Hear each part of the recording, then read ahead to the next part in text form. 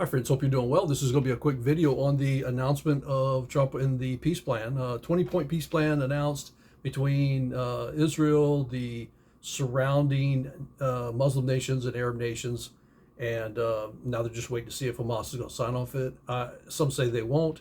I got a feeling they will, because self-preservation is the highest law, it seems like, among terrorists. They don't mind killing other people, but they themselves obviously are in no rush to try to seek that paradise that they claim that they're fighting for. So anyway, it's very fascinating from a Christian point of view.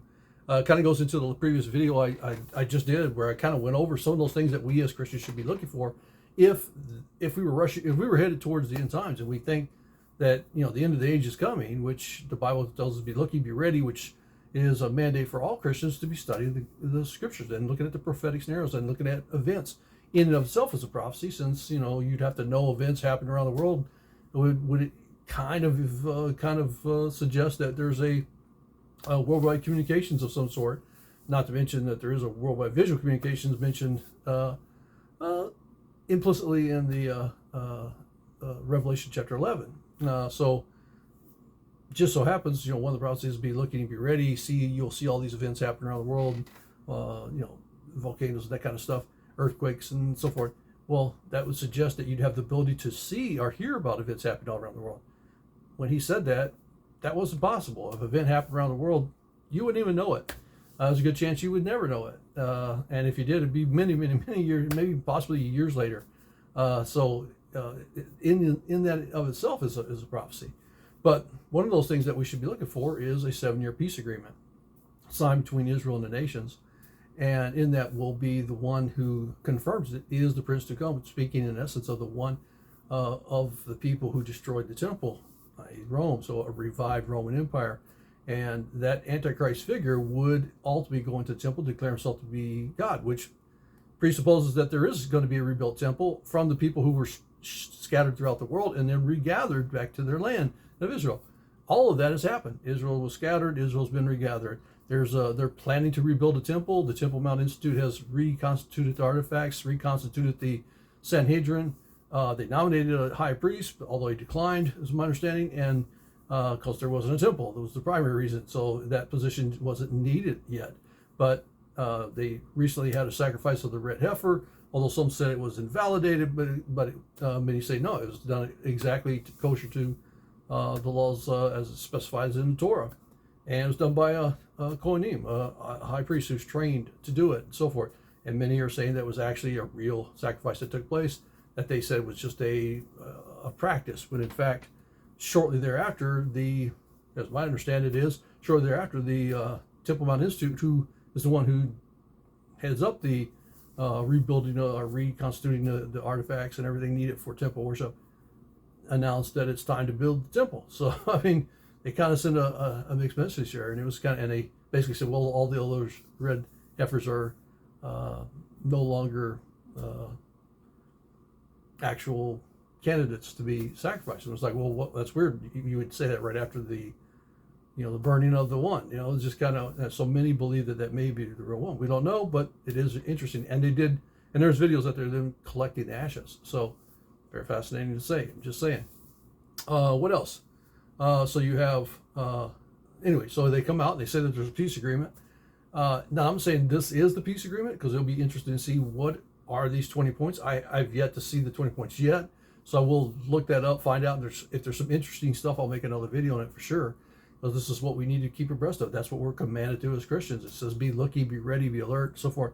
He uses that kind of language over and over again. Well, that means we need to be looking at the biblical narrative and the prophetic one specifically, and how all that plays out as we can best determine it as the Holy Spirit leads and guides us, and studying God's word, prophetic word, so that we can, and that means all of it, not just reading into it what we want, but actually doing an exegesis study. And there's some people out there, obviously, who reject prophecy for whatever reason, and I always find that weird. And I think it's a lot of times just because their focus is on other things, and that just doesn't resonate with them for some reason, which is weird. But ultimately, the Holy Spirit guides and leads and gives the people each different talents and different appetites and so forth and interests. And for some, it's prophecy, and for others, it's not. So I don't really try to belittle them. Unfortunately, they do to people who find prophecy fascinating, and I find that usually they're the ones who do the, where they basically try to chastise or belittle other people for being interested in prophecy, when in fact a huge part of the Bible is prophecy. And if God didn't want us to know that and didn't want us to study it, then why would He tell us to be looking, be ready, and why would He give us the prophetic books? And it's not just apocalyptic language, and it's not just allegorical tales, and these are real events. Jesus really did come born of a virgin. Jesus really was of the tribe of Judah. Jesus really was betrayed for 30 pieces of silver. You got a list, you kind of get a feeling it's all literal. Well, why is it all of a sudden when you get to the New Testament, it's all going to be figurative or allegorical? That makes absolutely no sense whatsoever, especially when in light of where we see the other events being fulfilled literally. Israel coming back to its land, being reconstituted, the temple artifacts being reconstituted, those kind of things. It's all literal. And here we sit with a lot of the other things also coming about that are pretty literal. The Gog-Magog alliance. Why is it that Russia, Turkey, and modern day Persia or Iran just so happens to be in a coalition just when Syria is going through all kinds of problems, and the border to the north of them is in constant turmoil? And yeah, you got a semi-government there, but again, very well could lead to a Gog-Magog war very easily. Will that happen mid-tribulational, right after the tribulation begins, mid-tribulation? Some people feel mid-tribulation, some people say before. I kind of feel it's before, but it could be mid. But it basically is, remember the red horse that goes out during the tribulation, takes peace of the earth. It could very well be that is the war that institutes, that starts that global catastrophe of mass death, which will follow the red horse. And that's where it gets into, the black horse and so forth, which is, again, famine, mass death, and so forth. Well, that could very well be. So how does this play out? You have the Abraham Accords. That's very fascinating. So this could be a precursor to a follow-on peace agreement that's maybe 7 years. But the key point is 7 years, and that's the key point we need to focus on. So we don't want to read into it, say every peace agreement with Israel and nations is suddenly, the peace agreement, and whoever signs that or confirms it must be the Antichrist. But there are some fascinating things about this one specifically. Number one, a lot of events have happened that are starting to fulfill it. Worldwide visual communications being one, central bank digital currency, movement towards AI. A lot of people, including myself, feel that AI could certainly fit the role in a way of how the Antichrist would control a lot of things around the planet, and also establish an idol of some sort that has the ability to talk and stuff. And we know AI generated stuff looks very real, and in that sense, he could put it on the wing of a temple, just like it talks about in Daniel, and also in book of Revelation 13, where it talks about this idol that's been established that has the ability to, in essence, have life. Looks real, sounds real, and some way will be interactive so that it will be able to determine who is participating in the worship of this and giving its allegiance to this Antichrist figure. And whoever doesn't will be singled out to be exterminated and killed. So you're talking about a massive amount of power, primarily using an economic marking system. Just so happens we have central bank digital currencies coming out at the same time you have AI. The only thing that's would be needed is some form of identification that's in the form of a digital implantation or a tattoo that is digital of some sort, able to correspond with readers and so forth. On that, you already have all the other infrastructure that's already there. You have the readers at every store you ever go to. Everything's pretty much digital. Most things in most modern countries are probably 96% of all purchasing is done digitally in some form or fashion, cashlessly anyway, through credit cards or phones or something of similar wires and transfers and things like that. Very little is actually where cash sells anymore. Most people are buying their stuff on the internet. It's all digital. I'd say the majority. If it's not 95, 96%, I'd be really shocked, really surprised. You still have some, a few people writing checks. You still have some people paying cash. But in general, it's very few people. By and large, it's all digital. So we're already kind of in a cashless system already. You just have an implementation of some form of economic system that's tied into this 10-nation coalition that will emerge, that the Bible talks about in Revelation 17, which will be the beast empire. And it's also talked about in Daniel. And Daniel 2 is the one we're going to focus on just a little bit. and that is when Daniel was given this vision, or actually a vision was given to Nebuchadnezzar, who was the king of Babylon, and God tells him that this is, ultimately through Daniel, that the interpretation of his dream was that, there was going to be the major kingdoms of the world. Not that there would be other kingdoms, but these are the major ones focused on that had prophetic significance in a sense of how God determined as a prophetic clock, as it were, that we could look at. And the first one obviously was the Babylonian Empire, and there's actually the Egyptian Empire before that, and so forth. But you also have the Babylonian Empire that emerged. You had the Assyrian one before that, actually. So the Babylonians defeated them. But it starts with Babylon because Nebuchadnezzar's of the Babylonian Empire. So it starts with him as the head of gold. And then it went to the Medo-Persian one. I'm just simply looking at Daniel chapter 2, by the way. So Medo-Persian Empire emerged after that. And you have the Grecian Empire, which we know as Alexander became. Alexander the Great defeated the Persian Empire. And ultimately he died in his prime. And it was parceled out to his 4 major commanders. And those 4 commanders ultimately were, top of my head was Cassander, Lysimachus, Seleucid, and Ptolemy. And those were these 4 generals, and this was parceled out to them. And ultimately, you have what emerged after that was the Roman Empire, and then it talks about this final empire of man, anyway, before the final empire, which is the kingdom of Jesus Christ, is going to return to be the eternal one, the eternal kingdom, the divine kingdom. So, but in earth, the Roman Empire, the revived Roman Empire, and that's what it talks about. And it just basically goes on to say that, starting with the Roman one, it says, then there will be a 4th kingdom, which is the Roman Empire. How do we know that? Well, we know that from Daniel chapter 9. Daniel 9 talks about this prince who was to come, but it also talked about the one who ultimately cut off the Messiah and also destroyed the temple. And it was of those people is the one in whom the Antichrist will come. Well, okay, well, if the Antichrist is going to come out of the revived 4th empire and the 10 toes mixed with iron and clay, so initially had 2 legs that were the iron, Constantinople and Rome. First it was Rome, then it merged over to Constantinople, and then it talks about this 10 toes that will come, which will be partially iron and clay. Basically another division, as it were, of that original Roman Empire.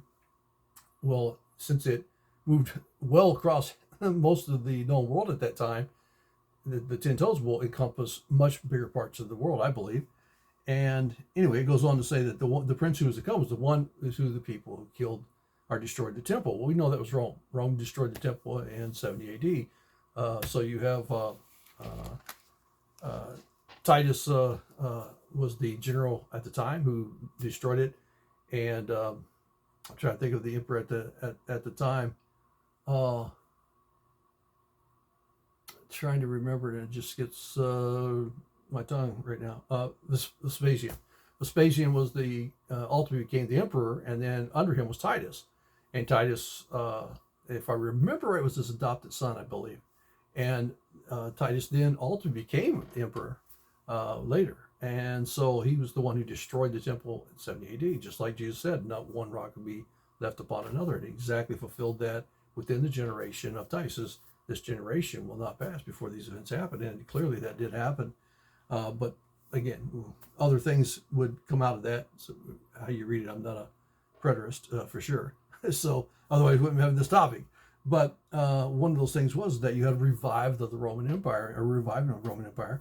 And that's where he goes down. And he just says, he goes on to say that, it's made of, this 4th empire was strong like iron, and inasmuch as iron crushes and shatters all things, like the iron breaks into pieces, it will crush and break all these into pieces. Talking about previous kingdoms and so forth, the known world, and which it did. It basically conquered the known world. It took over that whole region that ultimately all those other kingdoms had control of, which was the Babylonian, Medo-Persian, Grecian empires. It took over all that, and it started to adopt some of their gods. It just renamed them. That's what they did. And so you still had a pagan pantheon of gods. They just renamed a lot of the names and a lot of the cultural aspects of it. And Rome was very good about doing that. It would basically just, like a chameleon, it would kind of take on, kind of like the Borg, as it were, it would take on the ideals of others and maybe just rephrase it or change it. But that's how they did. They would assimilate in cultures and take what the good, the best that they could find of one and its people and work in that sense. It made them very powerful and very effective. And he goes on saying, I think that's what they've been doing ever since. But story for another day, I guess. But in any case, he says, and in that you saw the feet and toes, partly of the potter's clay and partly of iron. It will be divided, a kingdom. It will have in it toughness as iron, inasmuch as you saw iron mixed with common clay. As the toes of the feet were partly of iron and clay as pottery, so some of the kingdom will be strong and part of it will be brittle. And in that you saw the iron mixed with the common clay, they will combine one with another in the seed of men, but they will not adhere to one another, even as iron does not combine with pottery. Now, a lot of people have played off that and says, what does it mean that it would be combined with the seed of men? And they try to get into all types of different scenarios of, infiltration from demonic realms or Nephilim realms and all this other stuff that, some people's got into that. Who knows? Maybe I don't want to read that too far into that, but I think that it's just simply saying that, it's a combination of the various nations trying to come together and not succeeding, or that it's not a firm, established, cohesive, unified empire. That everybody's got their own desires and wants and stuff, and it's going to be some friction there. But they will come together, and we know that ultimately this 10-nation coalition, i.e. the 10 toes, picked up also in other parts of Daniel chapter 7, 8, and ultimately 9, which we just read, and then Revelation 17 talks about that. But this 10-nation coalition will ultimately be the one that Antichrist rules and rides to its, he will be one of the 10 that's elected to become the preeminent or supreme power of the 10-nation coalition. Now, we'll see how it kind of plays out, but if that's the case, and if what we've seen is the peace agreement that's spoken of, then we should expect to see some type of new economic system being mentioned soon, some type of new coalition or alliance of 10 nations, and ultimately the one who's affirming peace, if it is a 7-year peace agreement, then we should expect to see that person who's affirming it to be most likely the Antichrist. And that's where I always get into like the ideal of, you have to be careful where somebody's using confusion. And one of the things Jesus said was commanded us was, don't be deceived. When they asked him when will be the end times, he said, the first thing he said was, don't let anyone deceive you. Don't be deceived. So that's key, because if you really want to implement something, wouldn't you create something over here to make this happen? What they call the Hegelian dialectic, which has been around a long time. It's, you basically offer a solution to a problem you actually created so that you could ultimately bring about a scenario that puts you in power and implements what you wanted done in the first place. So if you're wanting to come in power, one way of doing that would be to create a lot of chaos in the world, in the Western, because ultimately the Antichrist will come for the Western powers, i.e. the revived Roman Empire out of the West. And it talks about the kings of the East, talks about the kings of the North, the South. So clearly the kings of the West is where the Antichrist is going to come from. Well, that would encompass a lot of the Western powers, probably the larger powers. And I think America will be part of that for obvious reasons. It's one of the most powerful. It has a huge military and so forth. And if we are near the end times and it's going to happen soon, it would take years, decades for another country to really build up a massive military and so forth, where the United States already has it. And that's why I do believe that, and it's also the preeminent and dominant nation in the world right now. And although it has a lot of enemies, it has a lot of fears, like with China and so forth. So having a 10-nation coalition, especially starting a new economic system and then a military alliance system, makes a lot of sense, especially if you start looking around nations that would, especially if the European Union was to break up. There's a lot of unhappiness there. Who knows? That could be a very fascinating point. You would have nations like Italy, nations like the UK, stuff like that. You could have, who knows, maybe even France or Germany. But you'd have some big nations that would be willing to be a part of this 10-nation coalition. And in that, you would have a massive reach economically, militarily, how that plays out with America, potentially Canada would be a part of that coalition. I think that was something that they would readily sign on to. And if that's the case, then we should expect to see out of this peace agreement some mention, or if it's a precursor to the Abraham Accords, who then mentions, but the key is a 7-year peace accord. How do I get that? Well, ultimately, the 7-year peace accord is again mentioned in Daniel chapter 7, or 9, 9:27.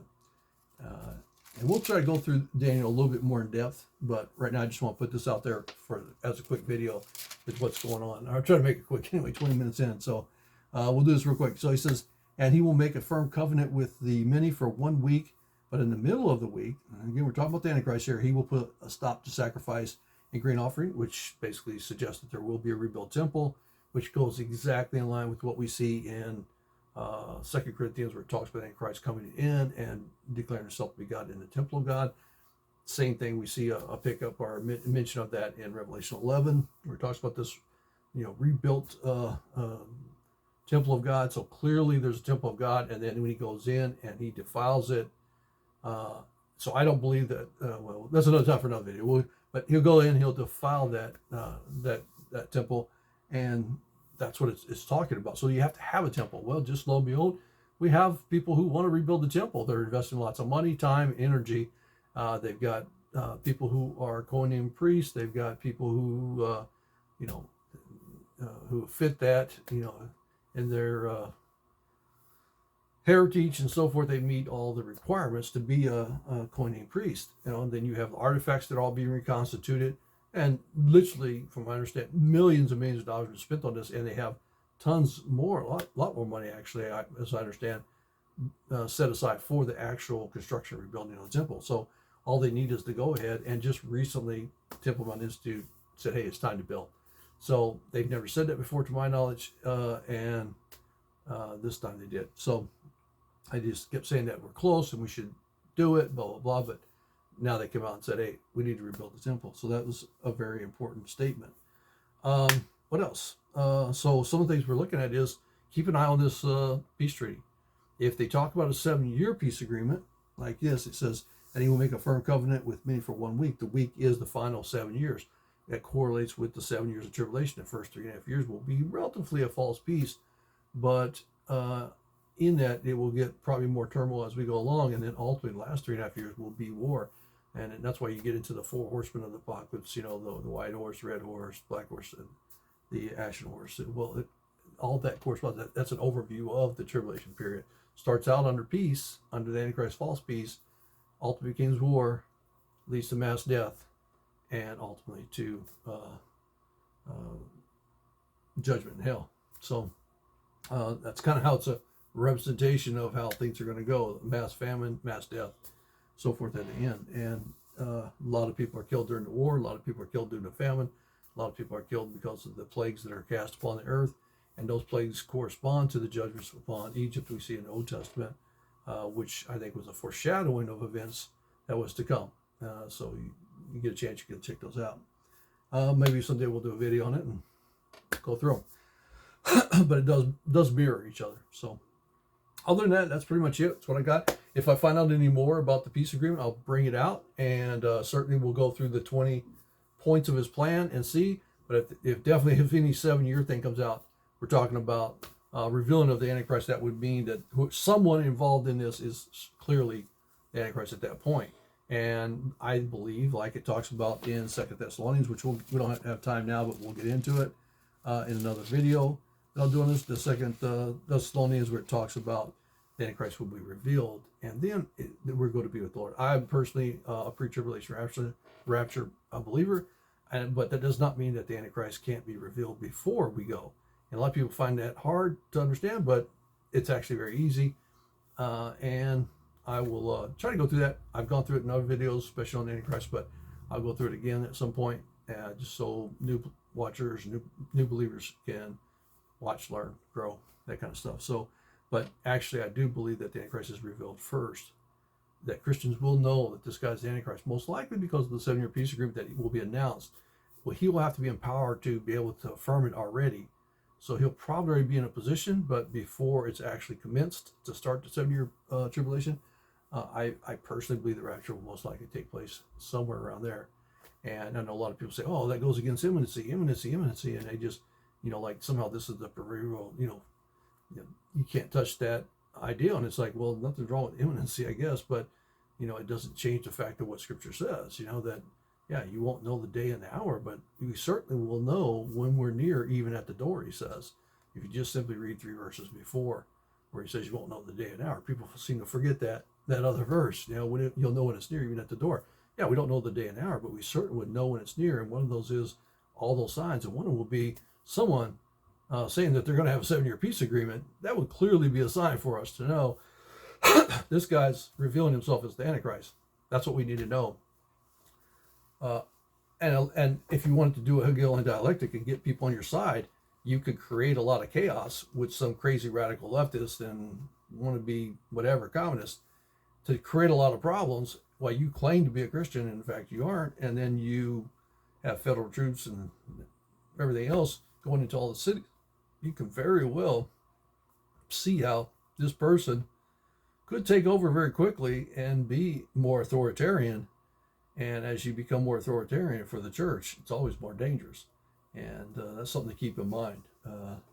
So anyway, I think that a lot of things that are happening right now may be pointing to the fact that, hey, if the Antichrist isn't on scene, he may very well be very soon. We'll see.